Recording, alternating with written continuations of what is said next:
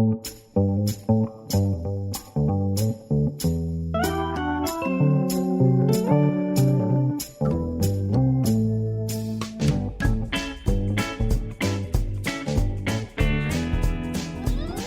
to The High Low, the weekly conversation between Dolly Alderton and Pandora Sykes. Just keep washing the hands and keep going, you know. Corona. The absolute splendour of Gemma Collins has been exhibited so much more than usual during this pandemic, I think. I saw a tweet the other day where someone called Chloe had tweeted her saying, like, if you like at Gemma Collins, then you're a fucking idiot or something. And she just retweeted it with the comment, "Have a day off, Chloe, hun," and a kiss. I think prescribing someone a day off is one of the best put downs of all time. I think the kiss at the end is the best. Have a day off, Chloe, hun. I've really been enjoying Diva in Lockdown. Diva in Lockdown and Grace and Perry's Art Club are both very happy making programmes for very different reasons. So I've watched Grace and Perry's Art Club and I think it's joyous. Can you please give me the lowdown on Diva in Lockdown? It's so joyous, isn't it? Grayson Perry has such a warmth and he's got the most charming laugh, and the relationship between him and Philippa it's gorgeous. It's a really galvanising thing to watch. Diva in Lockdown is basically, I think ITV had to do a pivot, as so many, channels have had to do. They were in the middle of filming a documentary with her. Not documentary, a reality series with her. And then the pandemic happened. And so they just had to slap on a sort of lockdown. So it became Diva in Lockdown. But she comes across really well. It's very funny. It's very enjoyable. It's very tongue-in-cheek. See, I've heard that it could be a piece of documentarian history, because someone who works in TV told me that original show was meant to be about her launching a business. And then obviously this was thrown in as a spanner in the works, which is sort of like the greatest narrative spanner in the works when you're following a new business venture. And maybe my friend was looking for the silver lining, but he said that it could be the same sort of coincidental, amazing narrative twist as when Louis Theroux met the Hamiltons. In that now they have this they have to follow how it's all kind of coming apart and how she's navigating this disastrous time to have a business. When was that Hamilton one? Must have been a good 10, 15 years ago. Anyway, we'll see Diva in Lockdown at Sundance 2021, I'm sure.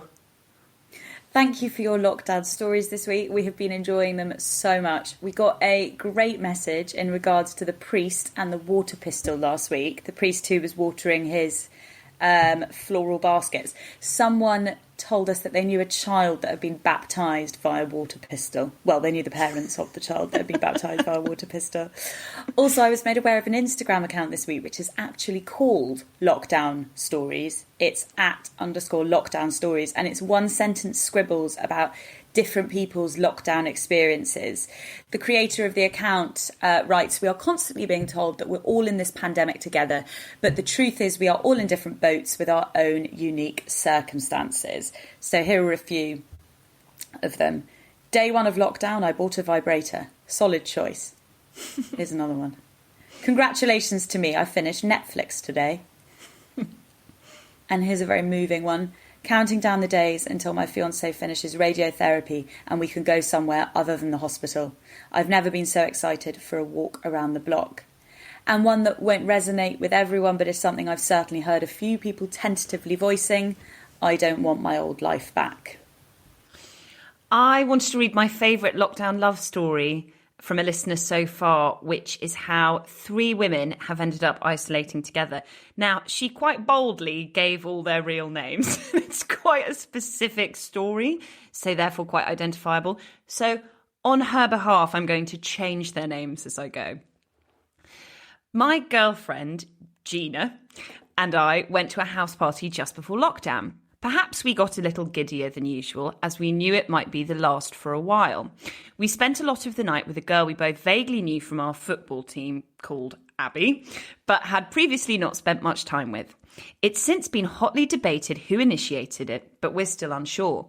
All we know is Abby ended up coming home with us and we had the most crazy night and following day together. After she left, she went almost straight to her parents' house outside of London to isolate with them. Somehow we maintained 7 weeks of texting on a group and getting drunk on FaceTime. Abby decided she'd return to London, and instead of going to her flat, she's now been isolating with me and Gina for 3 weeks. We're certain that reduced external societal pressures and influence due to lockdown have let us be open to something we maybe wouldn't have been before. We're not overthinking what will happen post-lockdown, but we are having the best time. I fucking love this story. I love a menage a trois, and I love that something as out of the ordinary as a pandemic has opened them up to exploring something they wouldn't have explored in ordinary circumstances, and it sounds gorgeous and very fun. It's a throuple. It's a throuple. It's a throuple. They've come out of the pandemic in a throuple. God, so when they go back to work and someone says, like, you know, how was your lockdown? I imagine it's quite boring. No, I have a brand new relationship. And apparently a new home. Wish them all the best. We also had an email from a medical student who cleared up our ill-informed pontifications on whether crunchy bars can replace bones in the human body. Not as ill-informed as you suggest, though. Quite a few people messaged being like, no, this is legit. Well, she says, after almost weeing my pants laughing at your commentary regarding bone structure and crunchy bars, I thought I'd write in and provide some clarity on the subject. I'm a medical student and we do indeed use this analogy frequently when learning about bone structure and to inform patients. The long bone, e.g. the femur, has a harder outer layer which can be represented by the chocolate layer of a crunchy bar, while the inner layer of long bones is trabecular and porous in nature, resembling the honeycomb of the crunchy. So while there isn't any genetic similarity between the human body and a crunchy bar, our bones do pretty much look like them.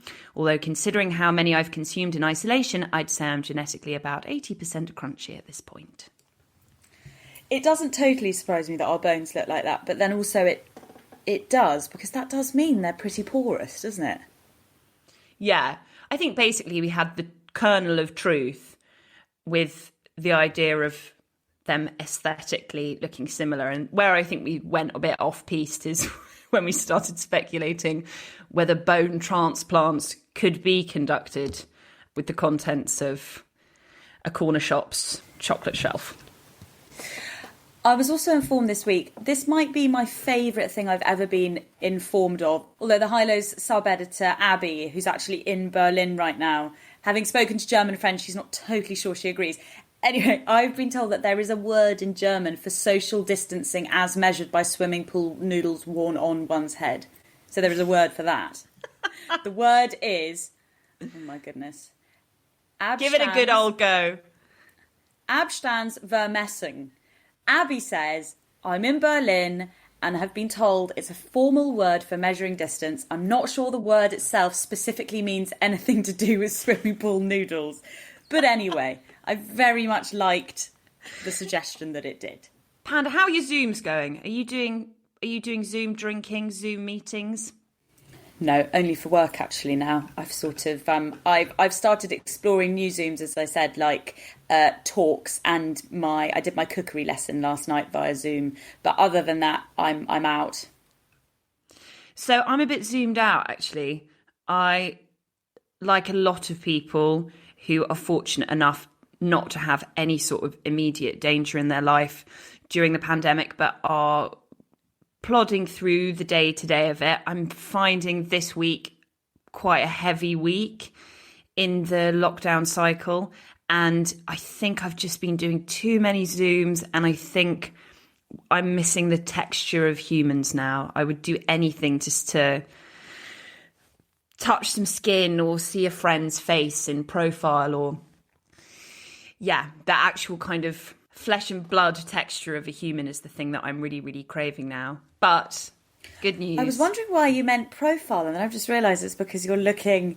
I was like, why did you have to see them in profile? But it's just because you're not seeing any. You're seeing the flat face. I got it. Here you go. Here's my profile. Oh, what a gorgeous profile it is! I miss the angles of faces and just the shapes. 3D version. The 3D versions of the people I love. But Good news. You can spice up your virtual meetings on Zoom by inviting along a goat. So what? I'm currently on the Cronkshaw Fold Farm website in Rossendale, Lancashire.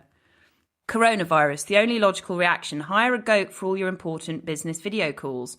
Be real. Will anyone even notice if a escaped goat joins the call? For the bargain price of £5, all currencies and countries accepted, you can choose one of our goats to join you for the first 10 minutes of your Zoom meeting.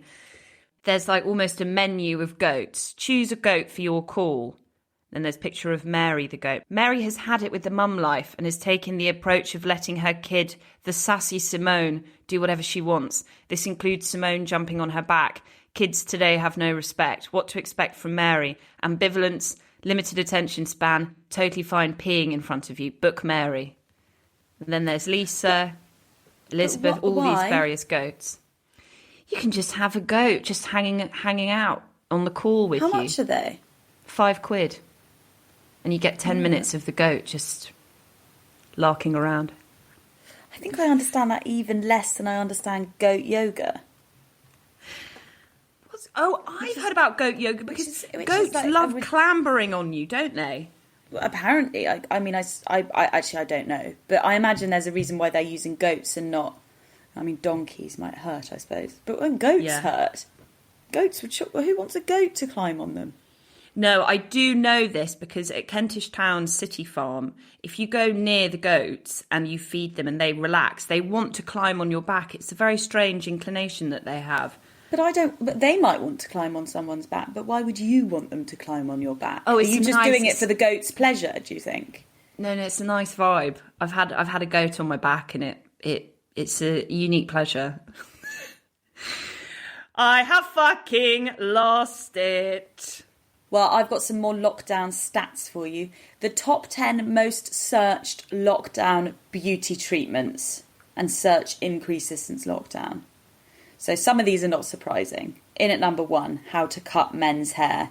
623% rise. Doesn't surprise me. How to pierce your own ear. 172% rise. That's absolutely mad. And then, this is kind of great... How to cut a mullet with an increase of 124% thanks to Joe Exotic. Love the idea of coming out of lockdown looking like Joe Exotic with a goat on your back. I learnt of something this week that I thought might be helpful or interesting to people who are furloughed for the imminent future. It's called Furlonteer, and it's an initiative that connects people on furlough with volunteer opportunities at charities and good causes.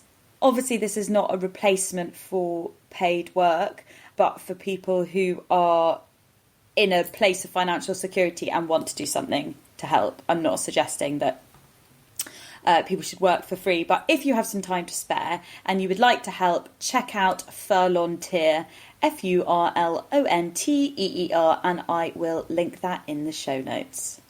What have you been enjoying this week, Dolly? I am loving Adam Buxton's book, Ramble Book, Musings on Childhood, Friendship, Family and 80s Pop Culture. The publication date for this book has been pushed back to September, but the audiobook has been released early, which is what I've spent the last week plugged into. And I don't think I would have listened to it on audiobook normally, but because I was so desperate to read it, I did, because I didn't have any other choice. And I'm so glad I did. If you're a fan of Buckles, and in particular his podcast, I think the audiobook is the way to go. It's unlike any other audiobook I've listened to because he's added in loads of extra content for the audio version. There are jingles for each chapter, ramble breaks in which he adds a kind of audio footnote commenting on whatever it is he's written. There's sometimes atmospheric music played in the background. And I haven't got to it yet, but there's also a bonus podcast episode between him and Joe Cornish at the end of the book. There's a lot in the story about pop culture and music, particularly that of the 80s. And I hope that that doesn't put people off for whom that period of culture doesn't really, engage with them, because even though he is talking about very specific artists, a huge range of artists from Bowie to the Talking Heads to the Pixies, really that's kind of irrelevant because it's about fandom, and fandom is such an important part of who he is and about his friendships and his childhood. And it's a really transportative account of what it is to be a teenager and to be lonely and not fit in, and to find kinship and companionship and connection in music and idols and films of pop culture. And that it was just like such a reminder to me of that period of your life in adolescence that I think everyone goes through at some point. The bits that I'm really loving are about his father, whose death inspired the book and with whom Adam had a complicated relationship. He's not afraid to delve into those complications and the differences, not just between their temperaments, but between their generational temperaments. And a story in it that I'm fascinated by is the very sad story of his dad's financial struggles, the extent of which Adam uncovers when he opens a box of his father's documents after he dies and finds these pretty humiliating letters in which his father begged his employer and friends to lend him vast amounts of money because he'd found himself in enormous debt. And what's interesting is the predominant cause of this was because he was absolutely hell-bent on sending his children to private school. He put his family into financial ruin because he felt private school was such a non-negotiable. And Adam really looked into where that instinct came from, why he was so obsessed with that being the hallmark of success, and the effect that had on his family. Yeah, he talks about his dad a fair bit on the podcast, doesn't he? And I remember when around the time that he passed away. And his dad featured in his work as well in the Adam and Joe show.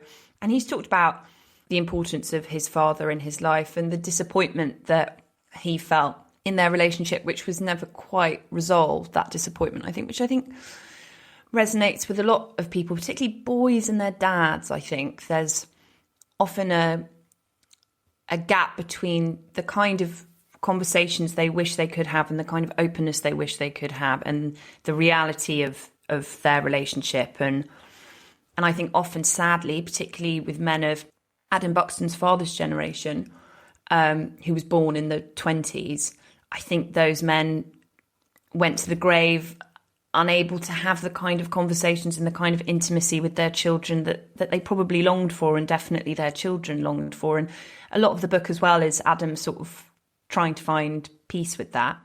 It's a wonderful book. It's more moving than I thought it would be, but it's also very funny. There's a recurring interlude in between chapters that I love, which is a list of all the arguments he's had with his wife. And after he describes each argument, he says whether he thinks he won or his wife won. And just hearing about other couples' arguments is one of my favourite pastimes. That is impressively honest. I think a lot of people would balk at listing down all the arguments they've ever had because they can get pretty nutty. Particularly if you're single in lockdown and you're romanticising the idea of having a partner, listening to the breakdown of those arguments really makes you count your blessings. I think it's always fascinating to see or to feel like someone is lifting the veil on their relationship, isn't it? Like Esther Perel's been doing her podcast with couples within lockdown. So she had one which, this is a pretty probably divisive one. There was one couple where one of them was continuing an affair during lockdown, so coming and going. And she's been putting on that podcast during lockdown. And then there's another podcast which is hugely popular called Shagged, Married, Avoid, I think, which is by... Shagged, Married, Annoyed. It's great. It's Chris Ramsey. Yes, that would make sense. Shag, Marry, Annoyed. Yes, Chris and Rosie Ramsey, and that has been on my list of podcasts to listen to, and it's hugely popular. And I imagine it's because people love getting an inside look at their relationship. Yeah, I love it. And actually, if you're someone who's nosy and you like hearing about other people's arguments, speaking of Adam Buxton, I think it was last year, Frank Skinner did an episode of the Adam Buxton podcast in which he described the biggest rows that he and his girlfriend have had, and I still think about them all the time. They bring me so much joy. Have you been enjoying any podcast, Panda? I've been continuing to enjoy Louis Theroux's podcast, Grounded. Surprise, Brilliant. surprise, Louis Theroux is a very good interviewer. But his subjects are actually even better interviewees. Helena Bonham Carter was thrilling on the experience of fame, and she spoke very movingly, I thought, about becoming famous before she was comfortable in her own skin and how that affected her view of her sexuality. And I really loved her gracious responses to Louis's quite forthright questions about her relationship with her ex-husband. Yeah, she was gracious and very open. I was amazed at how open she was. Actually, it made me really, really love her, that podcast interview. I think she came across as really thoughtful and funny, and just someone who doesn't take themselves too seriously, but also someone who has a very deep and sort of sovereign understanding of who they are and what their story is. And I think when you've been as famous as she has from such a young age, you don't have a choice. Either you get to grips with like a really solid sense of self that can take a battering from the general public and tabloids and critics year on year, or you sink. And she seems like someone who has managed to do the first with a lot of work. I just really enjoyed listening to someone who sounded very at peace. She sounded really content and jolly and calm. And it sounded like she was in a good place, kind of mentally, physically. It was a really kind of comforting podcast to listen to. But it's Louis's podcast with the comedian and actor Sir Lenny Henry that really blew me away. It blew me away as well. In fact, it was so mind-blowing, the things he was saying and the experiences that he was sharing, that I think I'll have to listen to it again to really kind of absorb it, because everything he was saying was so affecting.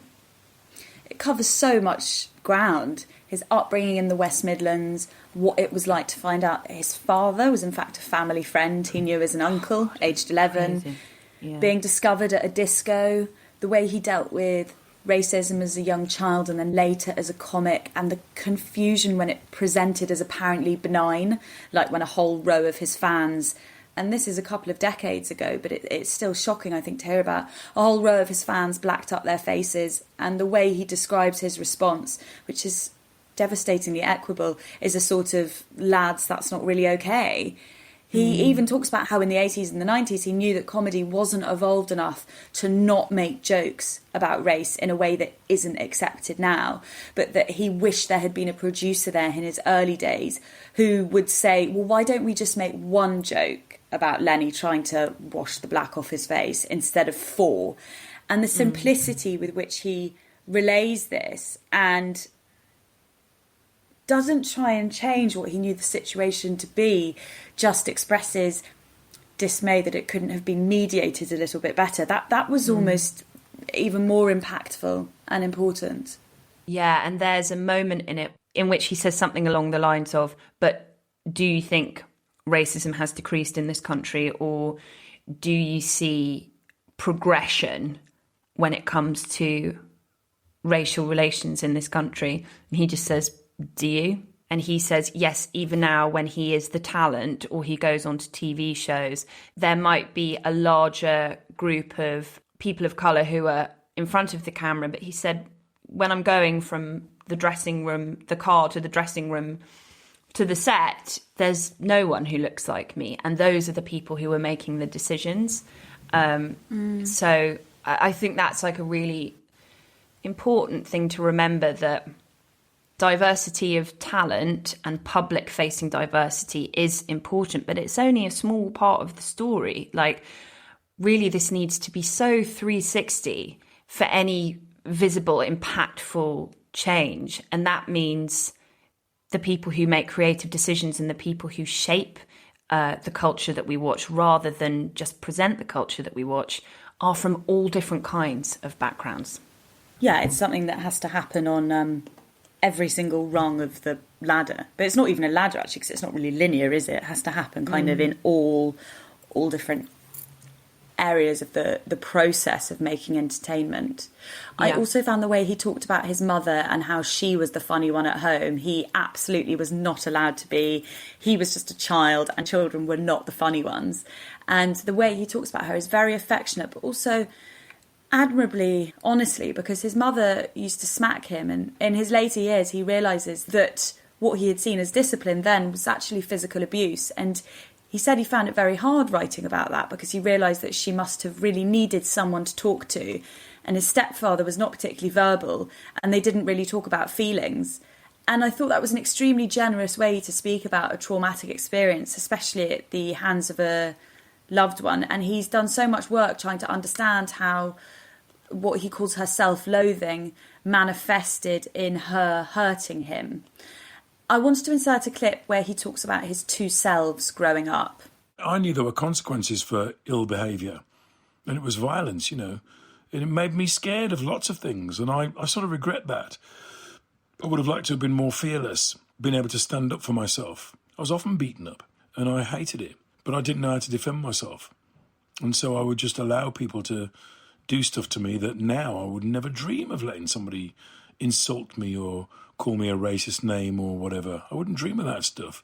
But as a little kid, I've been brought up to integrate and be everybody's friend. And so suddenly you just felt yourself being internally wounded by things that people said. When I turned 14, I had white friends because I'd integrated successfully. In the house, I was a Jamaican, but outside the house, I talk like this because that's how my white friends talked. And suddenly I was introduced to this world of being in their house and listening to Led Zeppelin and Black Sabbath and eating ham, egg and chips. Suddenly I was in that world as well as being in the Caribbean world.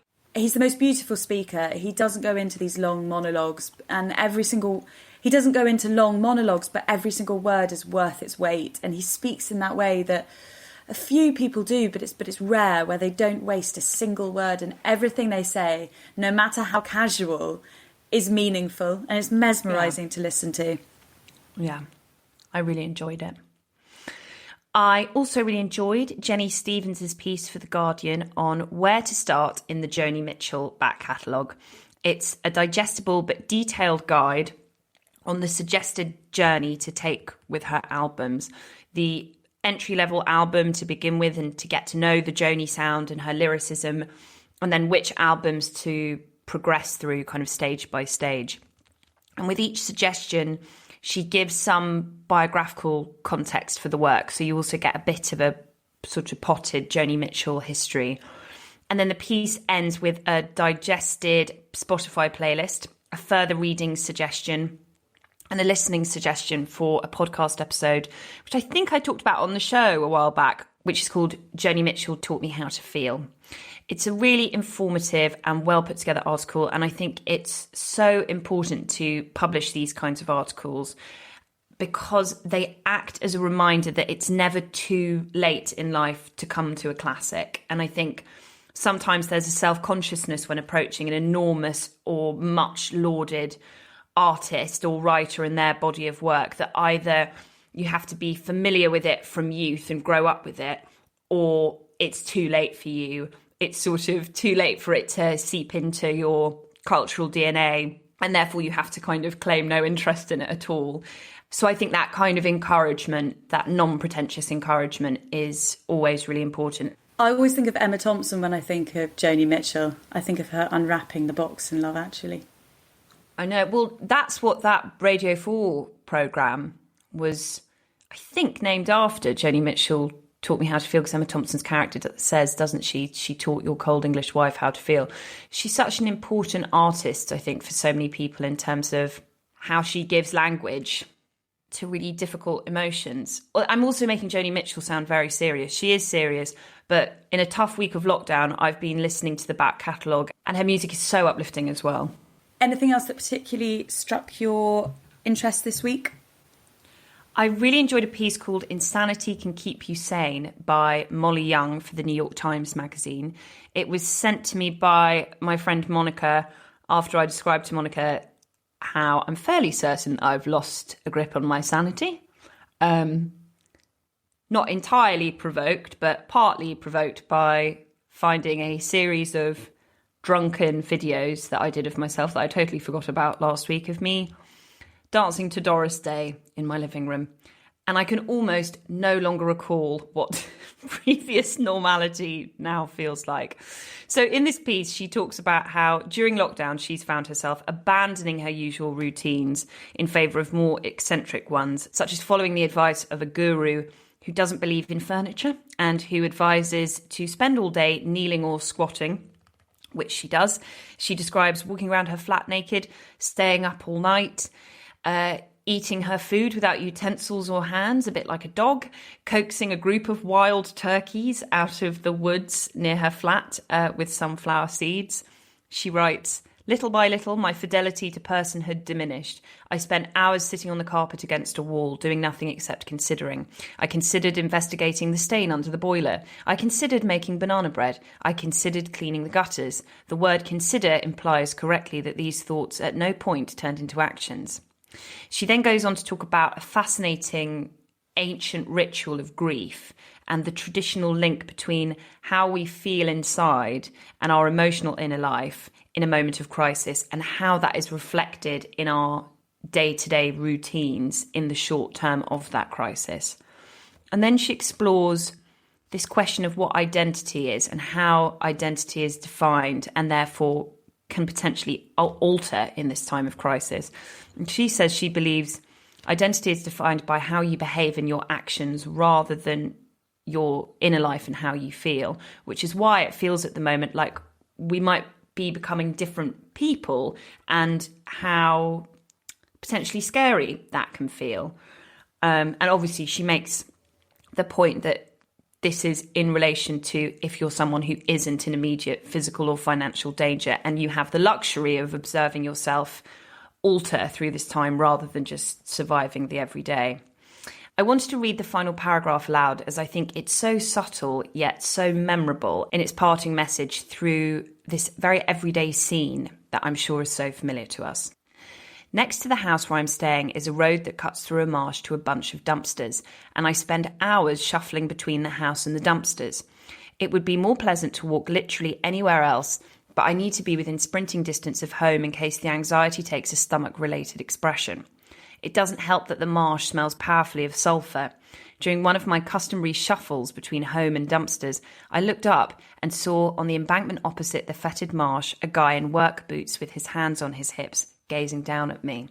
I lurched to a halt, embarrassed to be caught scurrying back and forth like a creepy little rodent. He lifted a hand and waved."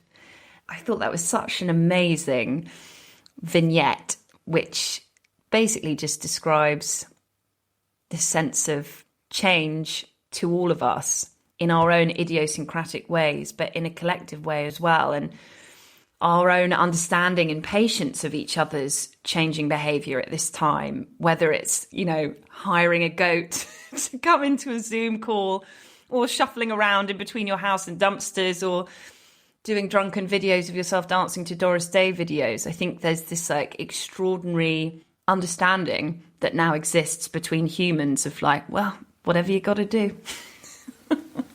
God, you just reminded me all over again about the goats on Zoom. I'm going to just keep remembering that and being totally thrown by it. It's not ever going to not be weird. I'm not going to process the information. But back to what you were just talking about, that reminds me of something Alain de Botton said recently, that moments of insanity are in fact part of remaining sane. And I've been thinking about that because I think that's really comforting, isn't it? Because sure, I'm not the only person that maybe falls into the trap sometimes of thinking that sanity is, constant. Regularity. Yeah, exactly. Yeah, that it's a constant feeling. Yeah. No, it's about encompassing and accepting the peaks and the troughs. Abnormalities in this time and resisting the urge to overanalyze, I think. I also wanted to flag to our listeners that a performance of Love, Loss and What I Wore, which is a play written by Nora Ephron and Delia Ephron, adapted from the 1995 book by Elaine Beckerman, a performance of it is available to watch online. I've always wanted to watch this play. It was a production and on tour from 2008 to 2011 in America. And this performance, which is available online, is a film of a reunion reading done in 2017, where cast members Lucy DeVito, Tracy Ellis Ross, Carol Kane, Natasha Lyonne, and Rosie O'Donnell reunited at 90Y in New York for a special one-night-only performance, directed by Karen Carpenter, who directed the original New York and LA productions.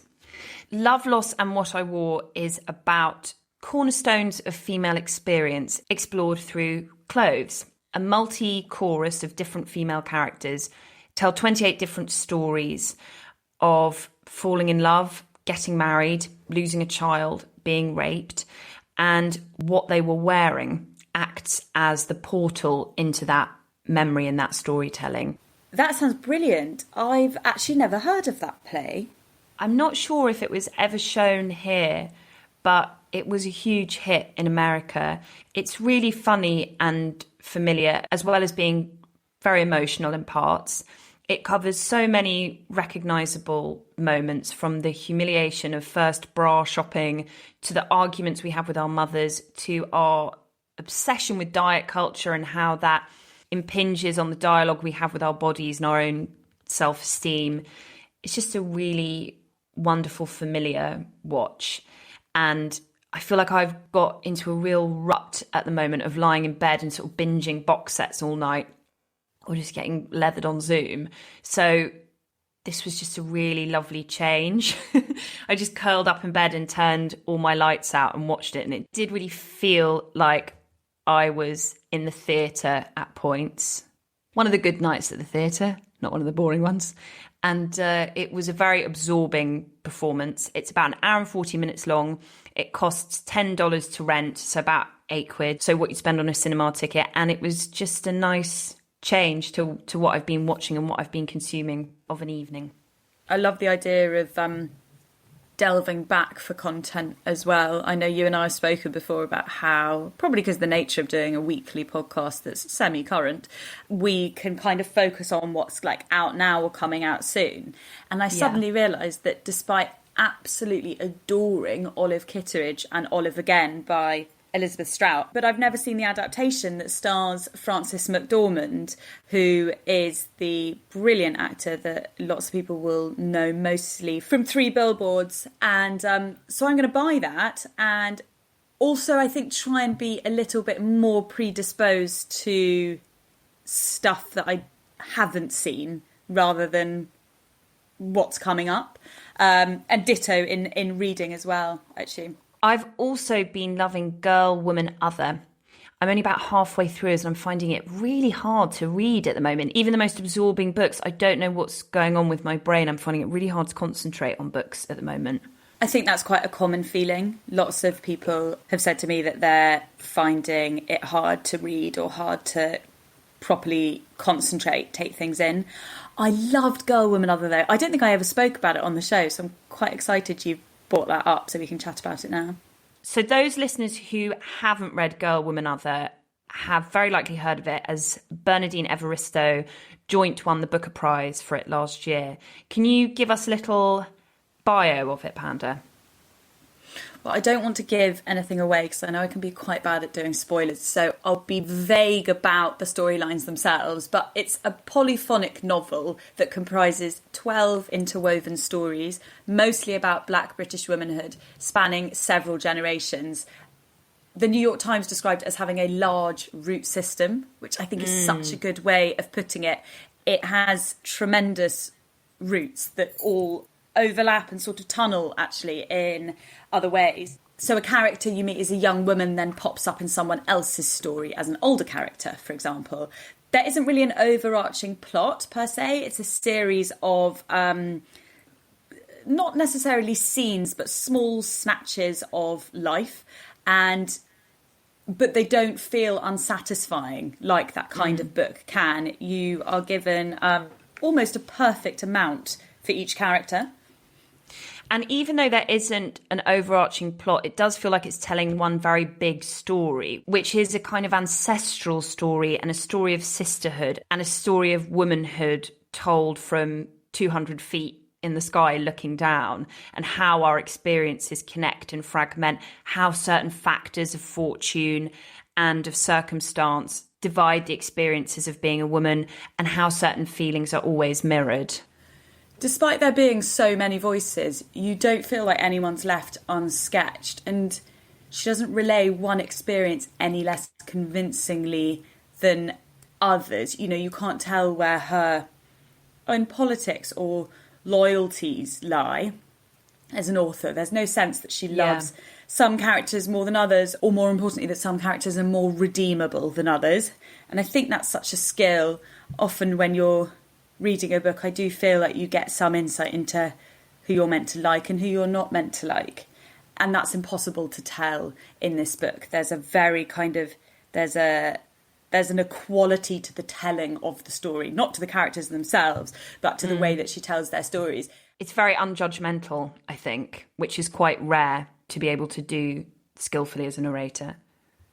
Especially when the stories span the breadth of views and lived experience as much as these characters do, in terms of class, race, gentrification, sexuality, sexual identity, social convention. Some of the characters hold views that would be considered by convention quite radical, or views that are unpleasant or unedifying or narrow-minded, but there isn't any moralising, although the narrative drive of the book is obviously one of progression and inclusion.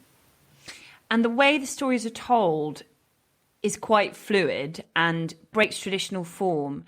But I also want to make it clear to our listeners, because I read that it broke traditional form and I thought that meant it would be quite abstract. But the stories are really easy to follow. None of it feels impenetrable or too abstract. I thought it would be harder to read. I agree. It was, I think, maybe posited as more experimental than it feels like to read.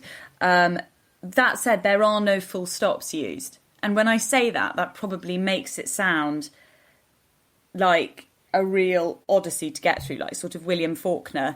And it's actually, it's really not. It's a vibrant chorus of a book. It's not always an easy read. There are some extremely sad parts, but reading it is an immersive and uplifting experience. And I think if it's possible for one piece of work to do everything and to tell every story, which is not, we've talked about that before, this idea that everyone has to be for everyone or it's rubbish, but this book comes closer to that than I thought possible without feeling like things have been crowbarred into the story. I just wanted to read this little bit which comes from Penelope's story. Penelope's parents were dull and dispassionate automons crawling towards their deaths, she wrote in her diary at the age of 14. It was unfortunate, because she herself was brimming with vivacity and racing towards a marvellous life that stretched gloriously ahead of her, as she also wrote in her diary. So the form there, I think, actually really lent itself well to that teenage diary. God, I bet that makes you excited at the prospect of having a teenage daughter, Pandora. For anyone else struggling to read at this time, it's a really good thing to dip in and out of, because you can read one story at a time. And so in that sense, it's the perfect reading material for the anxieties of the now. Because you can consume it in little bits, which is how I did. And I'm guessing how you might be approaching it, Dolly, if you're feeling scattered of attention span.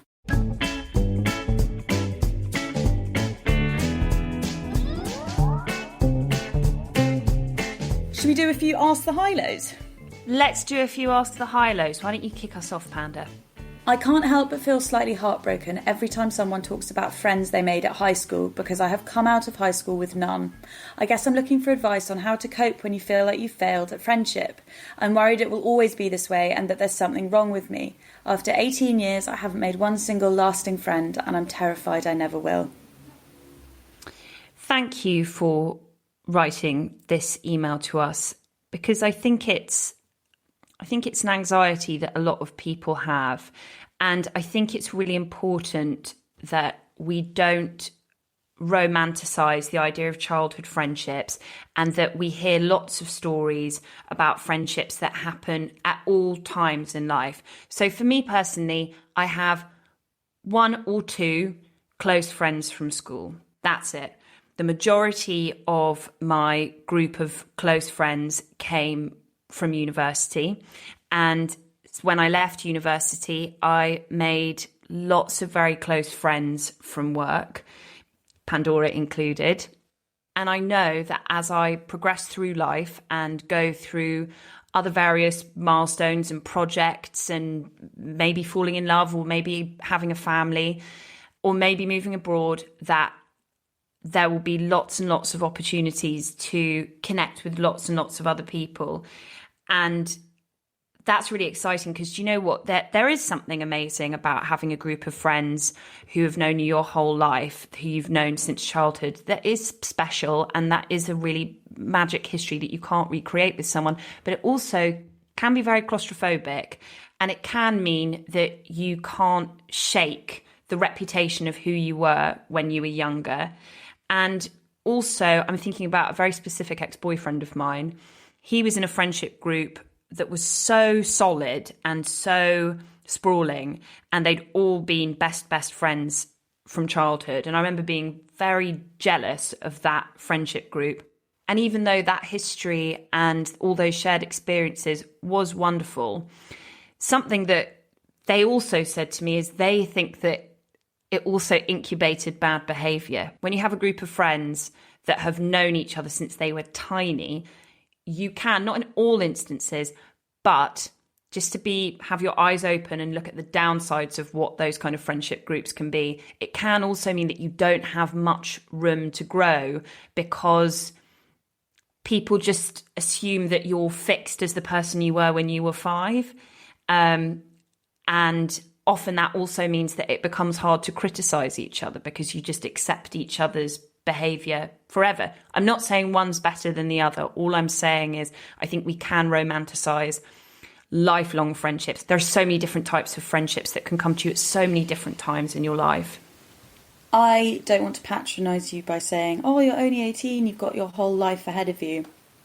But in terms of friendships, I think so much can change from the age of 18. I used to think that there was a certain age at which you sort of had your roster of friends, and I truly don't think that now. I have friends in their mid to late 30s who made all of their best friends in their 30s. They had different best friends in their 20s, and they had different best friends as teenagers, and that is how